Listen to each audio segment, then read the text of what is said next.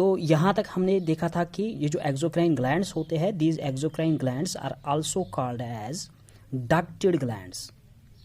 तो पिछले previous video में हमने देखा था यहाँ तक कि एक्सोक्राइन ग्लैंड्स कौन से ग्लैंड्स होते हैं, these are called as ducted glands, यानी कि वो ग्लैंड जिनके पास डक्ट होगा। फॉर एग्जांपल अगर ये कोई सेल है and this cell acts as an gland and this will secrete its secretion with the help of a duct, this is the duct and this is the gland, particular some gland are.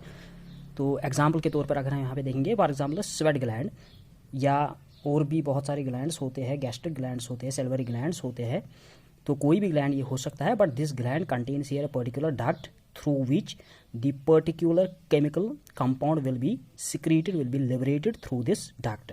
And all the glands which will secrete their secretions with the help of a duct, and those are called as exocrine glands. तो जो कि इनके पास duct होता है, that's why these are called as ducted glands.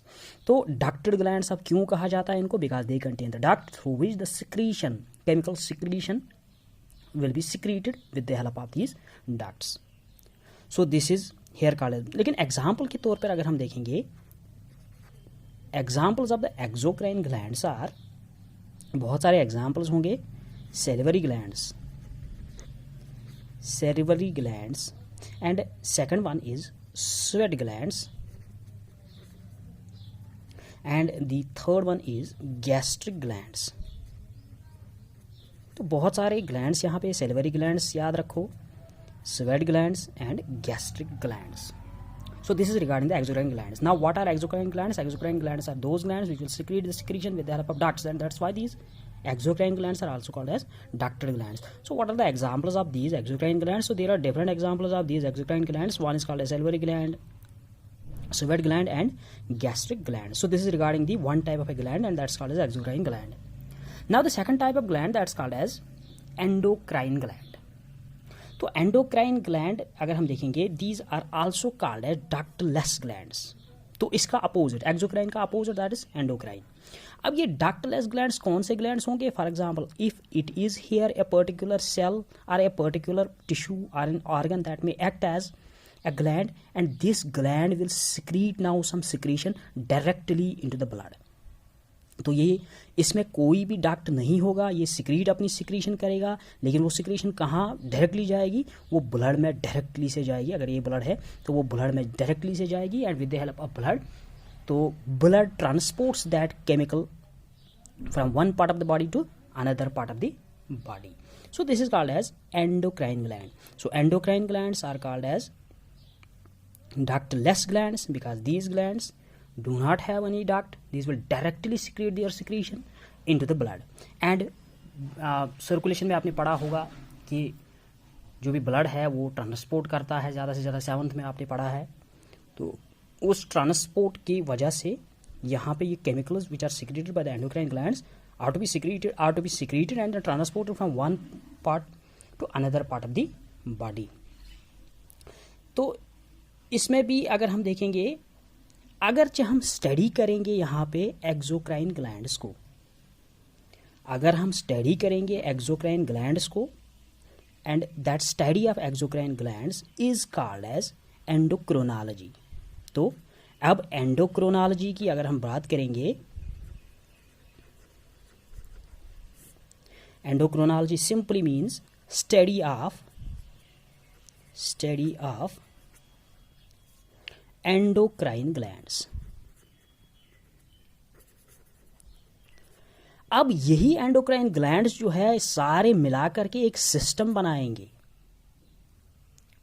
तो इंटरलेट ये सारे है, these will form here a system and that system forms the endocrine system. बस सिंपली तो जितने भी एंडोक्राइन ग्लैंड्स है वो सारे एंडोक्राइन ग्लैंड्स क्या बनाएंगे, एक पर्टिकुलर सिस्टम बनाएंगे which are interrelated with each other particularly in an organism, and those all the glands, the system of the glands will form here the endocrine system.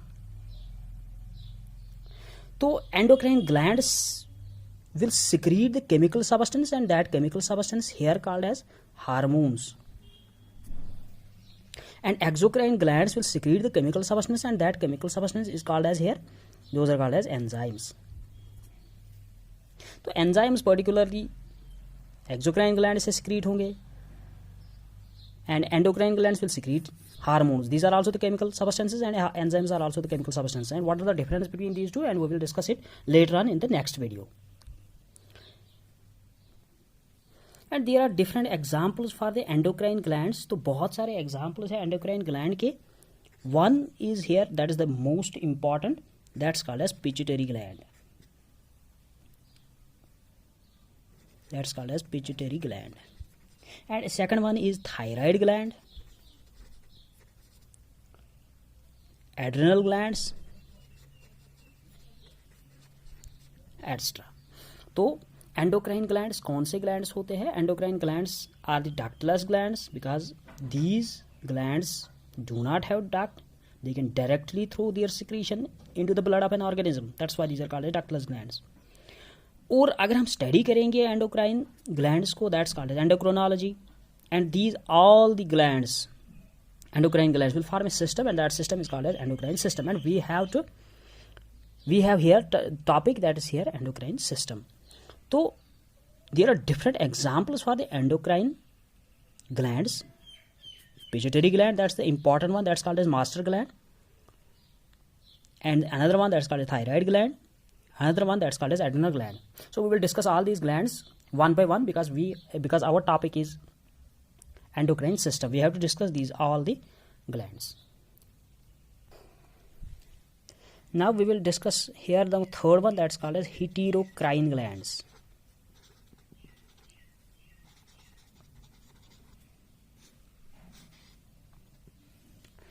अब अगर हम heterocrine glands की बात करेंगे तो heterocrine glands are those glands which consists of both endocrine and exocrine tissue.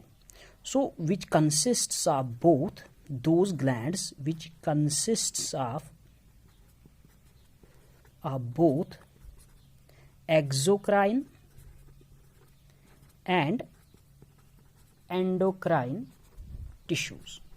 तो वो glands जिसमें दोनों होंगे, एक्सोक्राइन भी और एंडोक्राइन टिश्यूज भी, and those are called as heterocrine glands. तो हेटेरोक्राइन ग्लैंड्स के यहाँ पे इंपॉर्टेंट एग्जांपल जो है that's called as pancreas.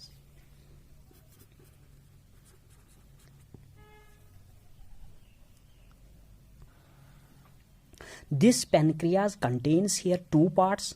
One part that's called as exocrine part of the pancreas, and another one that's called as endocrine part of pancreas. So we will discuss it later on in the next video.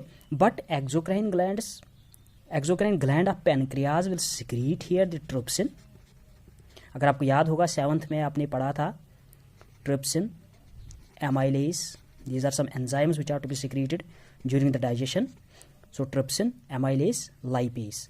And second one अगर हम देखेंगे यहाँ पे endocrine glands, तो endocrine system of pancreas जो होगा it will secrete here the hormones, that's here insulin and glucagon.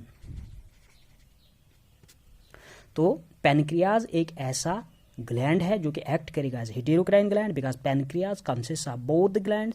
Exocrine part भी इसमें होगा, एंडोक्राइन पार्ट भी होगा. तो एक्सोक्राइन पार्ट से कुछ एंजाइम्स रिलीज होंगे, and these enzymes are here called as trypsin, amylase, lipase. और एंडोक्राइन ग्लैंड से रिलीज होंगे कुछ hormones, and those hormones are here called as insulin and glucagon. तो इसका काम यहाँ पे trypsin, amylase, lipase have different functions to that of insulin and glucagon, which having the different functions. So this is regarding the exocrine, endocrine and heterocrine glands.